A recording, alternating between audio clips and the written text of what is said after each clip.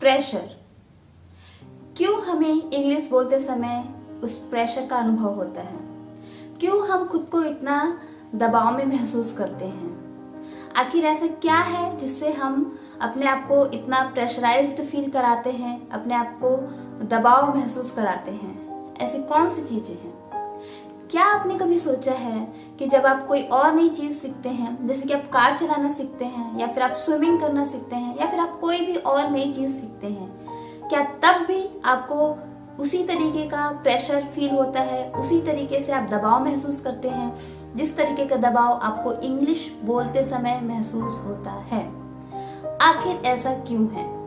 मुझे नहीं लगता कि हम जब कोई और नई चीज इंग्लिश को छोड़ के हम अगर कार चलाना सीखें या कोई भी चीज सीखें तो हमें उस तरीके का दबाव महसूस होता है। केवल इंग्लिश के साथ ऐसा क्यों? ऐसा इसलिए है क्योंकि हम इंग्लिश के लिए अलग तरीके की सोच रखते हैं। इंग्लिश को हमने हौवा बना लिया है।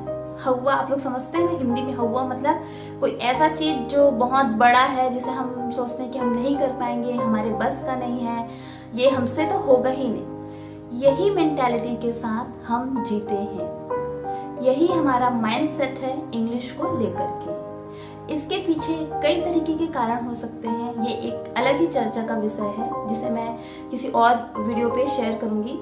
बट अभी हमारा पॉइंट है कि क्यों हम ऐसा सोचते हैं, क्यों हम अपनी इस चीज को ठीक नहीं कर पाते हैं, आखिर ऐसा क्यों? तो हमें अपने माइंडसेट को चेंज करने की जरूरत है। हमें अपने थॉट प्रोसेस को चेंज करने की जरूरत है। हमें इंग्लिश को हवा नहीं बनाना है। हमें इंग्लिश को एज अ लैंग्वेज सीखने की कोशिश करना है। हमें अपने आप को समझाना है कि जैसे हम कोई और नई चीज सीखते हैं वैसे ही हम इंग्लिश सीख रहे हैं। हम मिस्टेक करेंगे, हमको शिवरिंग होगा, हमको हेजिटेशन होगा, बहुत सारी चीजें हम फील करेंगे। तो हमें उस चीज को खुद के लिए नॉर्मलाइज करना है कि it's obvious, it's normal to feel that kind of things. अगर आप ये सोच लें कि इंग्लिश एक लैंग्वेज है और मुझे एक लैंग्वेज की तरह इसे सीखना है, कोई एक्स्ट्रा चीज़ें क्रिएट नहीं करना है अपने माइंड में, तो आप खुद देखेंगे कि ये सारी चीज़ें आप जो फील करते हैं वो धीरे धीरे धीरे रिड्यूस होगा। ये सारा खेल आपके खुद के दिमाग का है। आप अपने दिमाग पर काम करिए। सबसे पहले तो आपको अपने खुद पर ही काम करना पड़ेगा। इन थॉट प्रोसेस को आपको अपने दिमाग से, अपने जहन से हटाना पड़ेगा।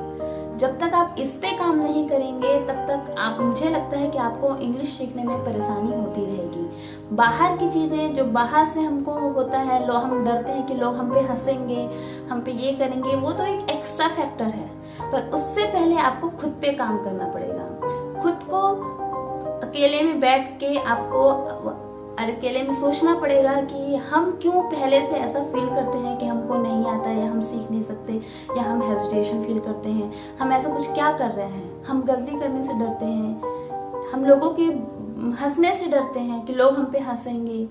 कितने लोग आप पे आके हंसते हैं? मुझे नहीं लगता कि बहुत सारे लोग आप पे आके हंसते हैं, कि सारा दिन कोई आके आपको बस सुनाते रहता है। एक दो लोग होते हैं जो आके हम पे हंस देते हैं। पर ऐसा कौन सा क्षेत्र है या ऐसा कौन सी जगह है जहाँ पे कुछ लोग हमारे सराउंड नहीं होते हैं, जो आके हमको डोमिनेट नहीं करते हैं? हर क्षेत्र में आपको ऐसे लोग मिल जाएंगे। और अगर आप इन लोगों के बारे में सोच के खुद को पीछे करेंगे तो आप फिर कभी आगे नहीं बढ़ पाएंगे। तो आपको इन सारी चीजों को सोचना है, अपने आप पे काम करना है, आपको अपनी इन फीलिंग्स को दूर हटाना है, इन पे ओवरकम करना है, इनको रिमूव करना है। सबसे पहले आपका यही काम होना चाहिए। और आप जैसे ही इन चीज़ों पे काम करेंगे आपका कॉन्फिडेंस बढ़ेगा। आपको थोड़ी सी भी अगर नॉलेज है इंग्लिश की, आप बात करना स्टार्ट करेंगे। अगर कोई सामने से हंसता भी है तो आप उसको इग्नोर करना सीख जाएंगे। आप बस यही सोचेंगे कि मेरा मोटो है कि मेरे को इंग्लिश बोलना सीखना है, चाहे वो कैसे भी हो। ठीक है? तो इस वीडियो का मकसद यही है कि आप जो खुद को इतना प्रेशराइज्ड करते हैं खुद के माइंडसेट की वजह से, उसको चेंज करें। अगर आप उसको चेंज करेंगे तो आप धीरे धीरे देखिएगा आप में बहुत ही अच्छा इम्प्रूवमेंट आपको देखने को मिलेगा। आपके लिए बाहर के लोग या बाहर की जो भी और भी प्रॉब्लम्स हैं इंग्लिश रिलेटेड, वो आपको अफेक्ट नहीं करेगी। तो मेरा यही रिक्वेस्ट है आप सभी से कि आप समय दें खुद को, इन चीज़ों के बारे में सोचें, आप खुद को रिलेट करें दूसरी चीज़ों के साथ, कंपेयर करें और सोचें कि मैं कहाँ पे गलत सोच रहा हूँ या मेरी थॉट प्रोसेस गलत है। उसका रीज़न कुछ भी हो सकता है, हमारा जो कल्चर है, हमारा जो एनवायरनमेंट है, वो रीज़न हो सकता है, हमारा जो माइंडसेट अभी तक जो बना हुआ है उसके पीछे का कारण। पर हमें उसी माइंडसेट को चेंज करना है, हमें अपनी मेंटालिटी को चेंज करना है, हमें अपने सोचने के तरीके को बदलना है। हमको इंग्लिश को एज अ लैंग्वेज ही सीखना है, उसे हवा नहीं बनाना है। जैसे आप स्विमिंग करना सीख गए, आप एक बात बताइए, कुछ लोग ऐसे हैं जिनको स्विमिंग करने का बहुत शौक है पर वो स्विमिंग नहीं कर पाते हैं और उनको बहुत फील होता है कि हम स्विमिंग नहीं कर पा रहे हैं, हम नहीं कर पा रहे हैं। पर मैं अपनी एक्सपीरियंस बताती हूँ। हम बचपन में गांव में रहे हैं, हमारे यहाँ बहुत तालाब था, तो हम तो कब स्विमिंग सीख गए हमको पता ही नहीं है। हमको नहीं पता कि स्विमिंग सीखना इतना बड़ा चीज़ है। दूसरे लोग जब आके बोलते हैं, मैं सोचती हूँ कि अरे इनको स्विमिंग करना नहीं आता, कितना इजी है ये। वैसे ही दूसरे लोग जिनको एनवायरनमेंट मिले है इंग्लिश का, उनको इंग्लिश ईजिली आ जाता है, उन्हें एफर्ट नहीं डालना पड़ता अलग से। पर हम जैसे लोग जो हम गांव में रहते हैं, हमारा एनवायरनमेंट वैसा नहीं है, हमको वैसा सर्कमस्टेंसेस नहीं मिला है, तो हमको इंग्लिश के लिए ज़्यादा एफर्ट डालना पड़ेगा, हमको ज़्यादा मेहनत करना पड़ेगा। हम सोचेंगे कि हम 1-2 महीने काम करें और फिर हमको आ जाए। कोई भी लैंग्वेज आपको इतनी जल्दी नहीं आएगी, चाहे कोई भी हो। फिर इंग्लिश थोड़ा टफ है हमारे लिए क्योंकि हमारा नेटिव मदर टंग नहीं है वो, हमको उस पर ज़्यादा एफर्ट डालना ही पड़ेगा।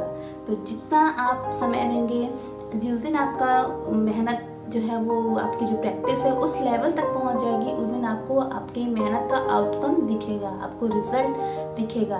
तो आप पेशेंस रखिए, अपने आप में थोड़ा अपनी मेंटालिटी को चेंज करिए, प्रैक्टिस करिए, दूसरे लोगों के बारे में सोचना छोड़ दीजिए, खुद पे फोकस करिए कि मुझे आगे बढ़ना है, मुझे न्यू स्किल्स सीखनी है, मुझे अपनी लाइफ में ग्रो करना है। अगर आप इस चीज़ के साथ आगे बढ़ेंगे तो आई एम श्योर दैट कि आप इंग्लिश तो क्या, आप बहुत सारी चीज़ें अपनी लाइफ में सीख सकते हैं। आपको बस इसी एटीट्यूड को हर क्षेत्र में फॉलो करना है।